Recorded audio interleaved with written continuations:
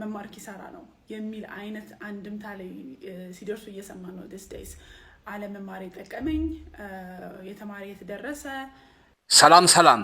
ከዓመታት በፊት እናቶቻችን እና አባቶቻችን ልጅ ተማር፣ ተመርቀህ ስራ ስትይዝና ወረቀት ወይም ዲግሪ ስታመጣ የራስህ ደሞዝ ይኖርሃል እያሉ ይመክሩን ነበር።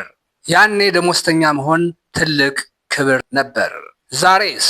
ዛሬ እውነታው ተቀይሯል። በአሁኑ ሰዓት ደሞዝ የሚባለው ነገር እርባናውን ወይም ትርጉሙን አጥቷል።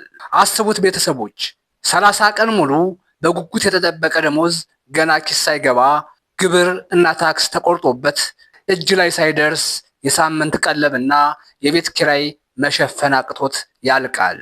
ይሄ እውነታ ነው ዛሬ ላይ ብዙ ወጣቶችን ተስፋ ያስቆረጠው። እስኪ ጉዳዩን በጥልቀት እንየው። ከዛ በፊት ለዚህ ቻናል አዲስ የሆናችሁ ቪዲዮውን ላይክ፣ ቻናሉን ሳብስክራይብ በማድረግ ጀምሩ። የኑሮ እና የደሞዝ አለመመጣጠን አንድ ትልቅ አደጋ አምጥቷል። ይሄውም ወጣቱ መማርን እንዲጠላ አድርጎታል።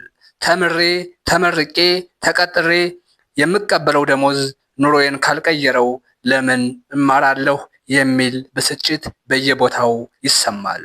ነገር ግን ቤተሰቦች፣ እዚህ ጋር አንድ ትልቅ ስህተት አለ። ትምህርት ማለት ደሞዝ ማለት አይደለም። ትምህርት አእምሮን ይከፍታል፣ ሰው ያደርጋል፣ ሀገርን ይገነባል። ትምህርት ለሀገር እድገት እጅግ በጣም ወሳኝ ቁልፍ ነው። ችግሩ ያለው ትምህርቱ ላይ ሳይሆን ኑሯችንን በወርሃዊ ደሞዝ ላይ ብቻ ማንጠልጠላችን ነው። ታዲያ መፍትሄው ምንድን ነው?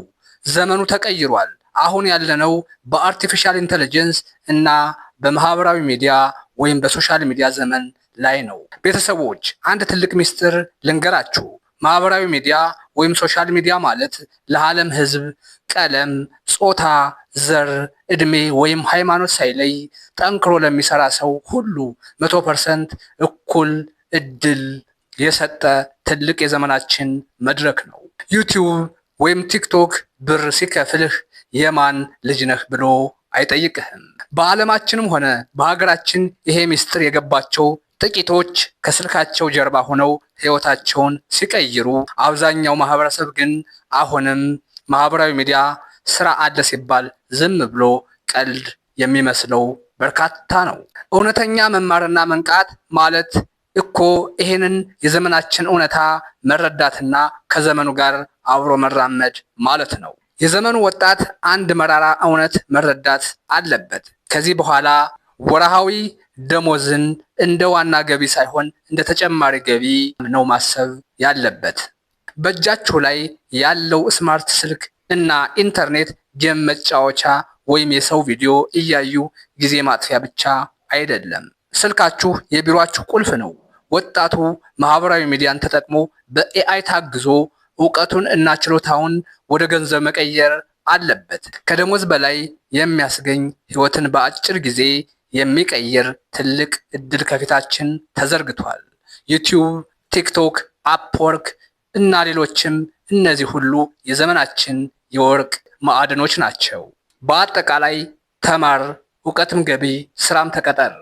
ነገር ግን ህይወትህን የሚቀይረው 30 ቀን ጠብቆ የሚመጣው ደሞዝ ሳይሆን ከስራ መልስ በስልክህና በላፕቶፕህ የምትሰራው የፈጠራ ስራህ ነው። እስኪ እናንተስ ምን ታስባላችሁ? ማህበራዊ ሚዲያ ስራ አለ ሲባል አሁን ቀልድ የሚመስለው ሰው አለ። ወጣቱስ ይሄን እድል ለምን በደንብ አልተጠቀመበትም? ሐሳባችሁን ኮሜንት ላይ አጋሩኝ። ይሄ አነቃቂ ትንታኔ ከተመቻችሁ ቪዲዮውን ላይክ በማድረግና ቻናሉን ሳብስክራይብ በማድረግ ቤተሰብ ሁኑ። ጽናት ሚዲያ ነው። አሁንም በሌላ ቁም ነገር አዘል ቪዲዮ እስክንገናኝ ድረስ በያላችሁበት ሰላማችሁ ይብዛ። ቻው።